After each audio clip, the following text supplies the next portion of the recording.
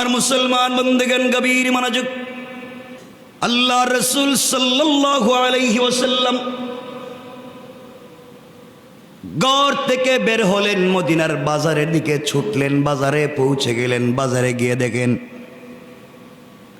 বাজারে যাওয়ার পরে দেখেন একজন কালো সাহাবী গোলাম, একজন কালো সাহাবী গোলাম গ্রাম থেকে এসেছে কিছু সবজি নিয়ে, ক্ষেতের কিছু সবজি নিয়ে বাজারে এসেছে। কলা পাতার মধ্যে বা এমন কোন জিনিসের মধ্যে তাজা তাজা সবজিগুলা রেখে বিক্রি করতে চায়, কিন্তু কালো মানুষ হওয়ার কারণে কুচকুচে কালো, কেউ তার কাছে হয়তো আসে না, সবজিগুলাও নিয়ে যায় না। এভাবেই চিল্লাচ্ছে 1 টাকা অথবা 2 টাকা, 1 দিরহাম 2 দিরহাম, 1 দিনার 2 দিনার করে চিল্লাচ্ছে, কেউ নিতে আসে না। আমি শুধুমাত্র বুঝাচ্ছি আমাদের আদর্শটা কেমন হওয়া চাই। আল্লাহ রসুল কত বড় লিডার। আল্লাহ রসুল সাল্লাল্লাহু আলাইহি ওয়াসাল্লাম দেখলেন এই কালো সাহাবীর কাছে কেউ যায় না, কেউ তার কাছ থেকে নেয় না। কালো বসে আছে কলা পাতার মধ্যে বা কোনো পাতার মধ্যে বসে বসে বিক্রি করে, কেউ জিনিস নেয় না। আল্লাহ রসুল আস্তে আস্তে ওই ব্যক্তির কাছে পৌঁছে গেলেন। আকায়ে নামদার, তাজদারে মদিনা, সরকার দু আলম বিশ্বনবী রসুল পাক সাল্লাল্লাহু আলাইহি ওয়াসাল্লাম আস্তে আস্তে ওই কালো সাহাবীর কাছে গিয়ে তার পায়ের সঙ্গে পা লাগিয়ে বসে পড়লেন মাটির মধ্যে। আল্লাহু আকবার। তার পায়ের সঙ্গে পা লাগিয়ে বসে পড়লেন।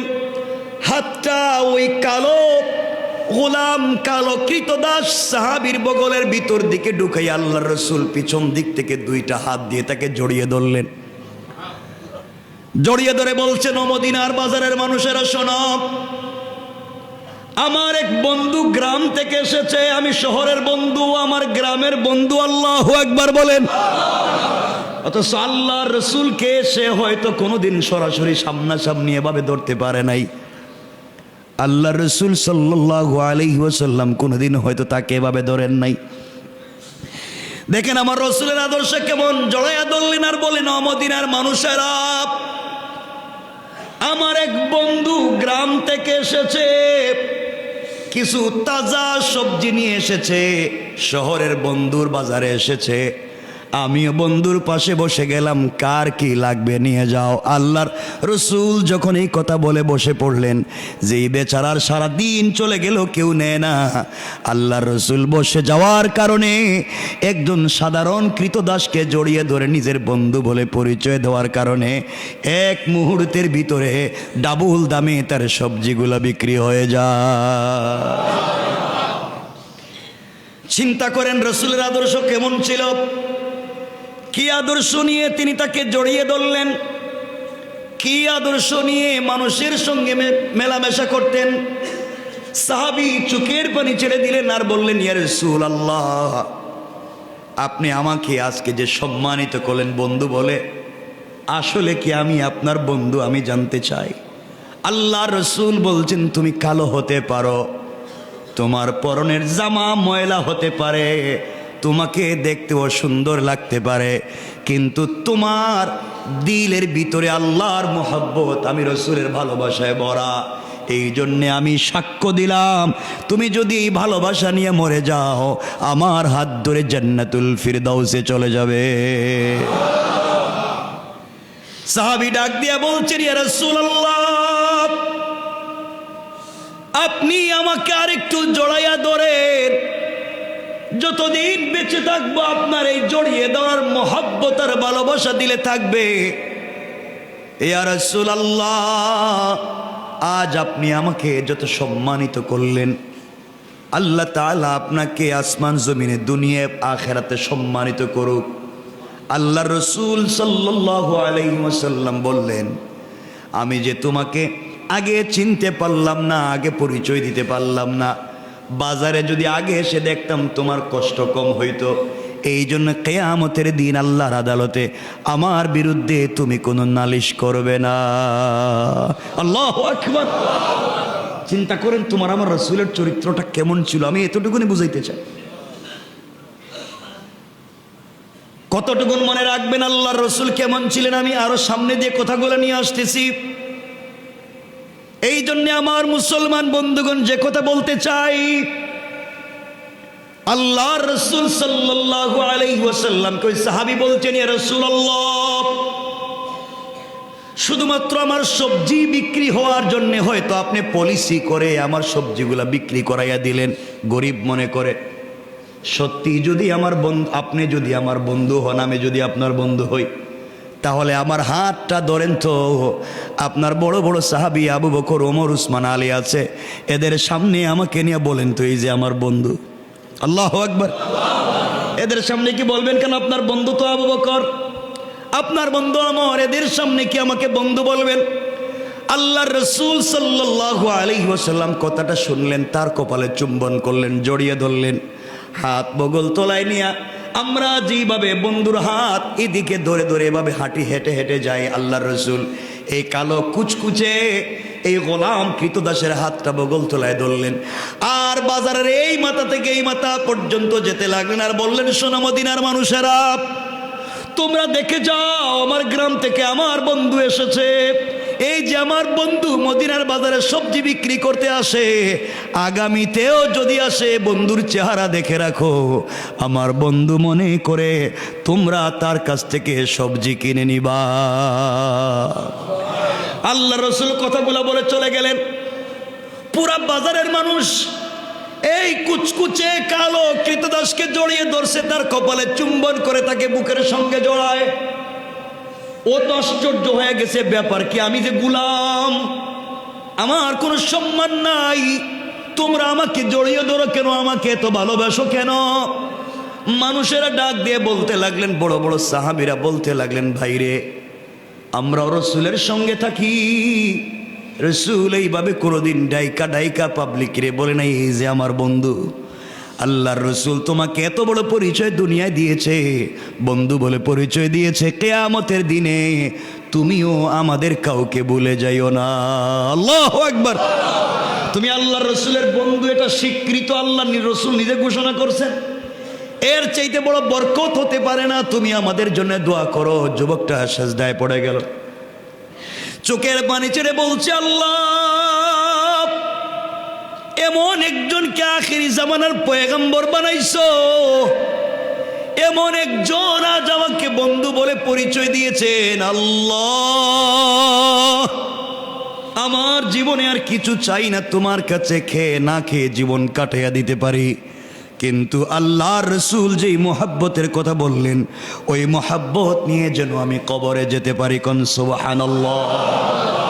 আমি শুধু এই কথাটাই বুঝাতে চাই, আল্লাহ রসুল কেমন ছিলেন।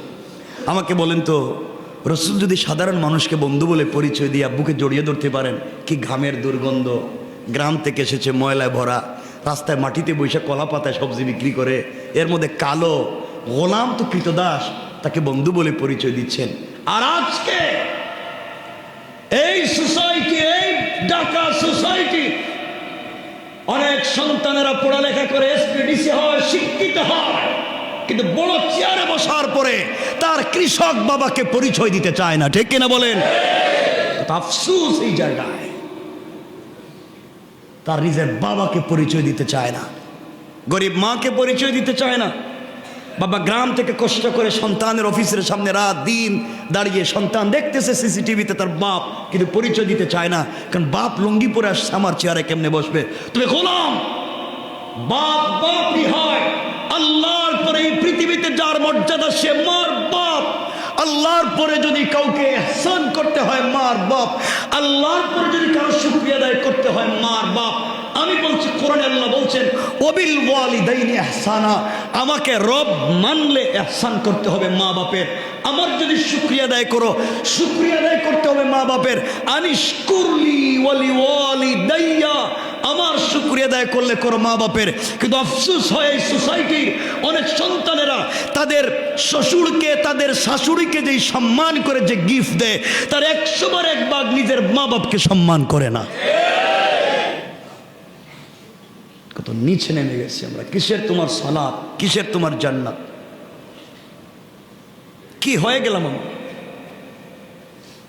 অনেক সন্তানেরা আছে আপনি খবর না, আপনাদের মসজিদের ইমাম আছেন, খাদেম আছেন, মুয়াজ্জিন আছেন, উলামায়ে কেরাম আছেন। আপনারা পুরো বাংলাদেশে একটা সার্ভে করেন, একটা মসজিদের ইমাম, মুয়াজ্জিন, খাদেম, মাদ্রাসার শিক্ষক, রিকশাওয়ালা, তার মা বাপকে আপনারা বৃদ্ধাশ্রমে পাবেন না। কথা বলেন, পাবেন? বৃদ্ধাশ্রমে গিয়া পাবেন পয়সাওয়ালার মা, সারা জীবন সার্ভিস দিয়েছে, টাকাওয়ালার বাপ সব সন্তানকে দিয়েছে, আজকে বৃদ্ধাশ্রমে দুঃখে দুঃখে মরে। এর অর্থ হলে সন্তানকে দুনিয়ার শিক্ষা শিক্ষিত করেছেন, আল্লাহর পরিচয় দেওয়াইতে পারেন নাই, রসুলের মোহাব্বত দিলে দুখাতে পারেন নাই, এই জন্য শয়তান পয়সাওয়ালা হয়েছে, আদৌ সে মানুষ হয়ে উঠতে পারে নাই।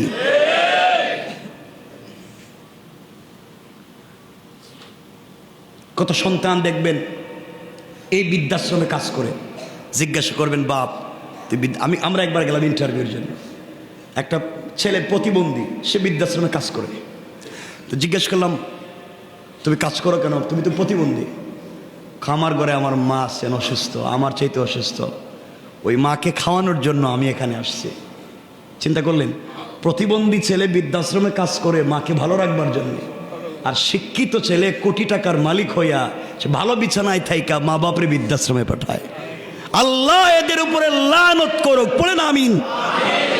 এই জন্য দু হাত জোর করে বলছি, দরকার হলে আপনাদের পা গুলা দেন, আমি আপনাদের পায়ে হাত রেখে বলি, আর যাই করেন বাবা, সন্তানদেরকে মানুষ বানান, আল্লাহর ওয়াস্তে মানুষ বানান, আল্লাহর ওয়াস্তে সন্তানদের প্রতি মা বাপের যে কি, মা বাপ যে কি জিনিস, আল্লাহ রসুল কি জিনিস, এটা শিক্ষা দেন, এটা শিক্ষা দেন। সারা জীবন সন্তান সন্তান করলেন, কত মা বাপ আছেন আজকে কষ্ট পাচ্ছেন শুধু ঘরের ভিতরে সন্তানের কারণে, ঠিক মতো ঔষধ না দেয় না, মা বাপ অসুস্থ হলে বাইরে নিয়ে যায় না, প্রত্যেক সপ্তাহে শুক্রবার বৃহস্পতি নিজের বউরে লইয়া পুরো ঢাকা শহর ঘুরে রেস্টুরেন্টে খায়, কিন্তু মা বাপের এগুলো কপালে নাই। আহা, এগুলা বললে তো আপনারা কষ্ট পাবেন জানি, তো আমার কি, আমার আর কি, আমি কষ্ট পাইবেন তাইতাম না, কিন্তু আমি তো কথা বলতেছি শুধু ভালোবাসার কারণে। আমরা সবাই জান্নাতে যেতে চাই, সবাই একসাথে জান্নাতে যেতে চাই। কোন বিবেকে তুমি মা বাপকে কষ্ট দাও? কোন বিবেকে মা বাপকে কষ্ট দাও? এই বাপ, আমরা হাদিস এই দেখেন, এই কথা আরেকদিকে চলে গেলে আমার মূল আলোচনা চলবে না। এই বাপ, আমরা বলি কোরআনে হাদিসে রসুল বলছেন মায়ের অধিকার কয়টা? কয়টা? কিন্তু বাপের অধিকার বলছেন একটা। আরে তুমি তো হাদিসের অর্থই বুঝো নাই, হাদিসের অর্থ বুঝো নাই। আল্লাহ বাপের কি অধিকার দিবেন?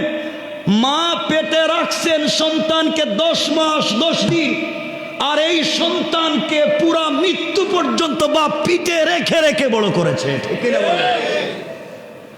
বাপ সারাদিন গাধার মতো কাজ করে নিজে না খেয়ে সন্তানরে খাওয়ায়।